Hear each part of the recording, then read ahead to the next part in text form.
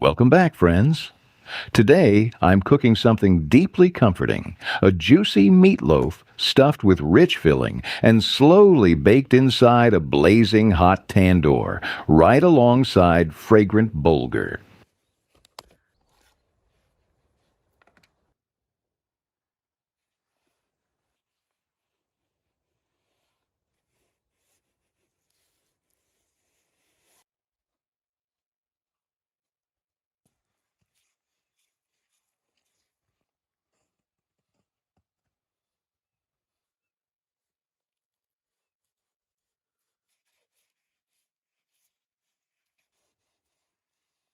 If you enjoy watching traditional cooking, fire, and slow handmade food stories, subscribe to my channel and don't miss the next recipe.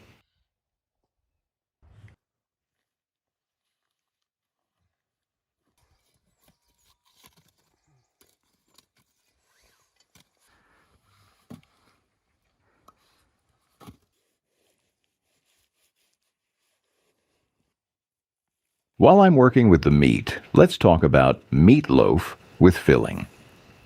I keep thinking that this dish probably wasn't born in big kitchens. Meatloaf is basically history of survival cooking. Back then, meat was expensive, so people stretched it by mixing it with bread, grains, or whatever was available.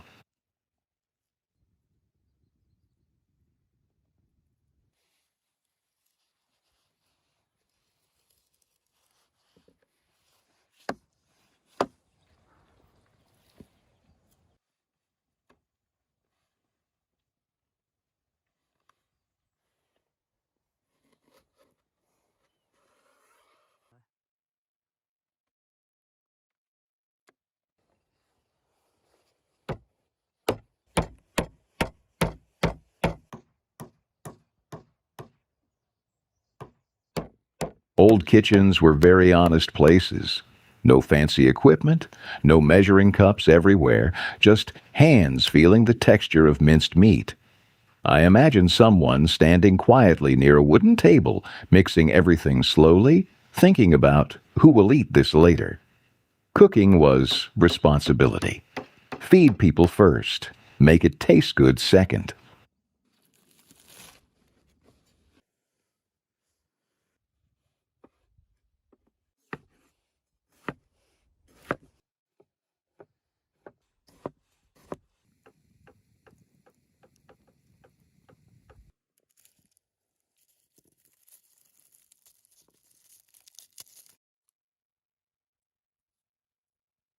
Meatloaf versions appeared in many countries because poor and working people needed affordable protein food. After long hours in fields or workshops, they wanted something warm and familiar. It's interesting how different cultures created similar dishes without talking to each other.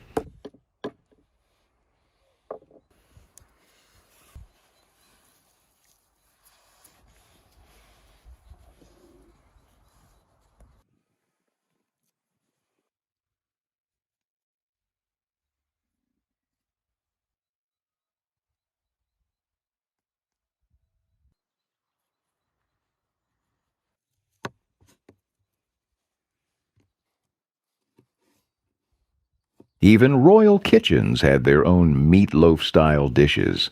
Of course, nobility wanted refinement, so cooks added wine, aromatic herbs, or rich sauces. Food in palaces was not only about hunger, it was also about showing power, culture, and ceremony.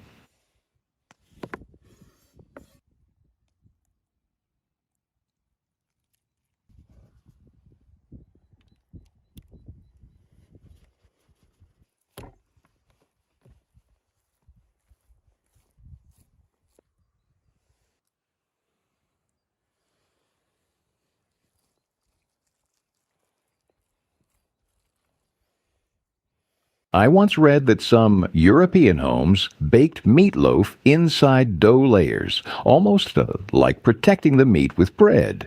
People wanted moisture and flavor to stay inside during baking. It was simple science, even if they didn't call it that. Old cooking was often smarter than it looked.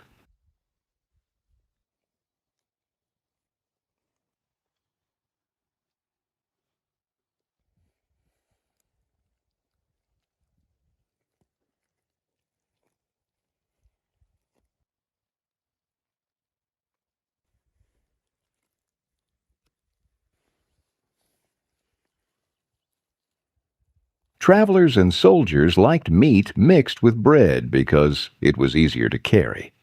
Imagine long roads, dust, cold nights, and small pieces of food saved for later. Dishes like this helped people survive journeys long before refrigerators or modern storage existed.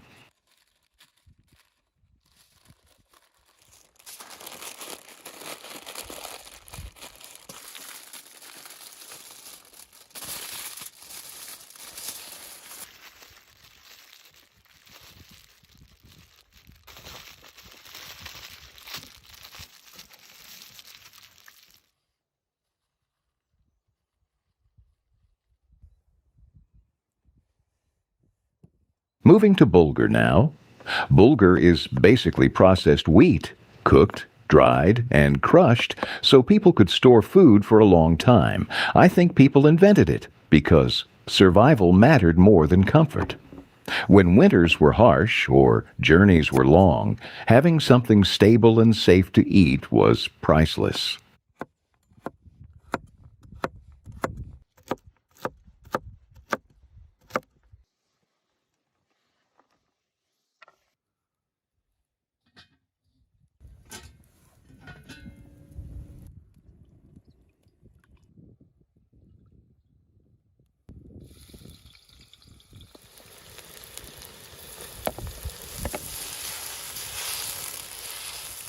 Bulgur was popular in Middle Eastern and Mediterranean regions because wheat grew well there.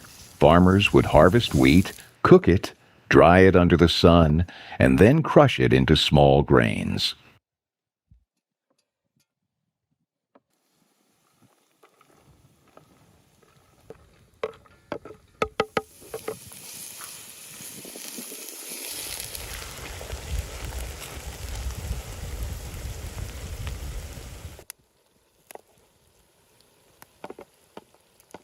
I read that some old households stored bulgur in cloth bags because it didn't spoil easily. Travelers, soldiers, and desert workers could carry it for weeks.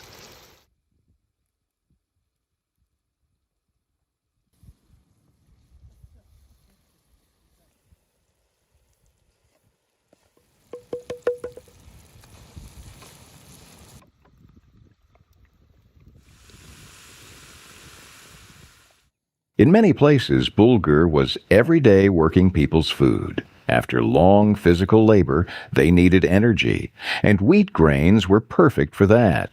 Sometimes it was eaten with vegetables, sometimes with meat, sometimes just with butter and herbs.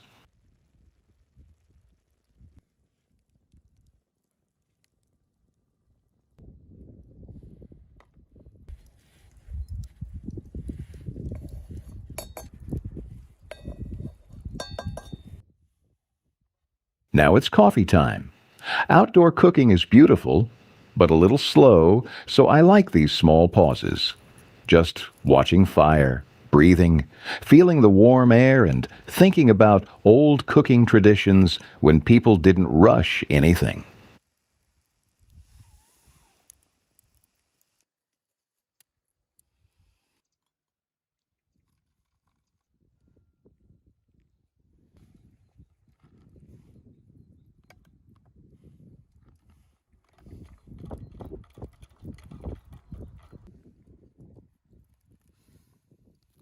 If you enjoy these cooking stories, follow me on Instagram. I share more outdoor cooking moments and quiet food traditions that sometimes get forgotten.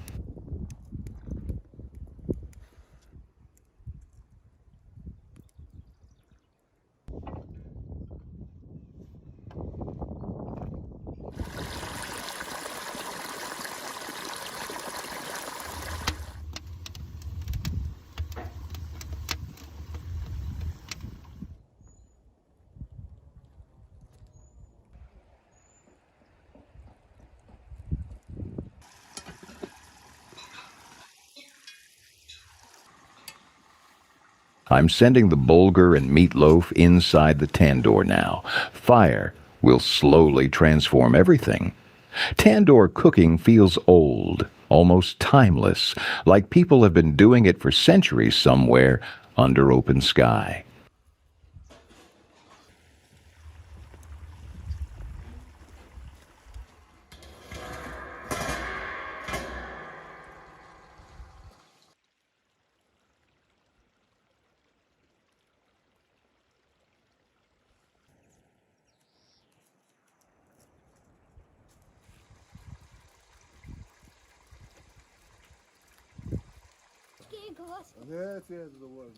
The kids are already hungry and waiting for food. They're snacking on apples for now, trying not to rush the cooking. I think children have a special relationship with waiting. They don't like it, but they survive it with small bites and patience.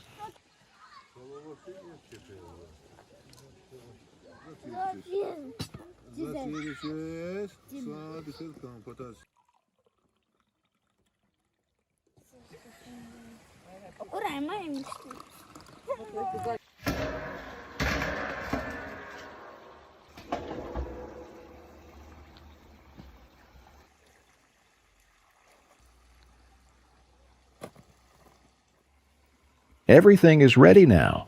I'm taking the meatloaf and bulgur out slowly because the steam is still inside. The smell is deep, roasted, and warm, like wheat and meat spent time talking to fire.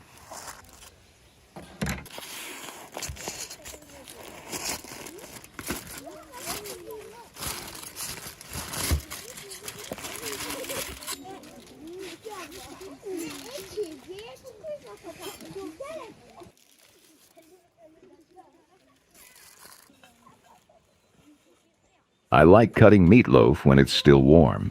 Hearing that soft crust break after long baking feels satisfying. Inside is the filling, hiding patiently, almost like a small story waiting to be revealed.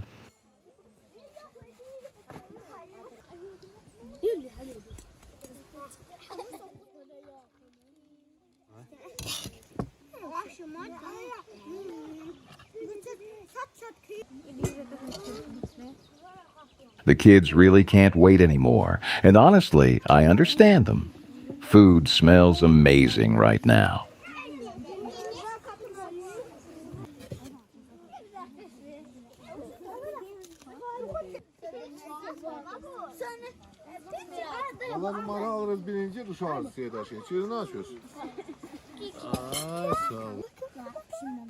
Thank you for watching, friends. I really appreciate you spending time here with me, watching fire, food, and slow cooking stories. It means a lot when someone stays till the end.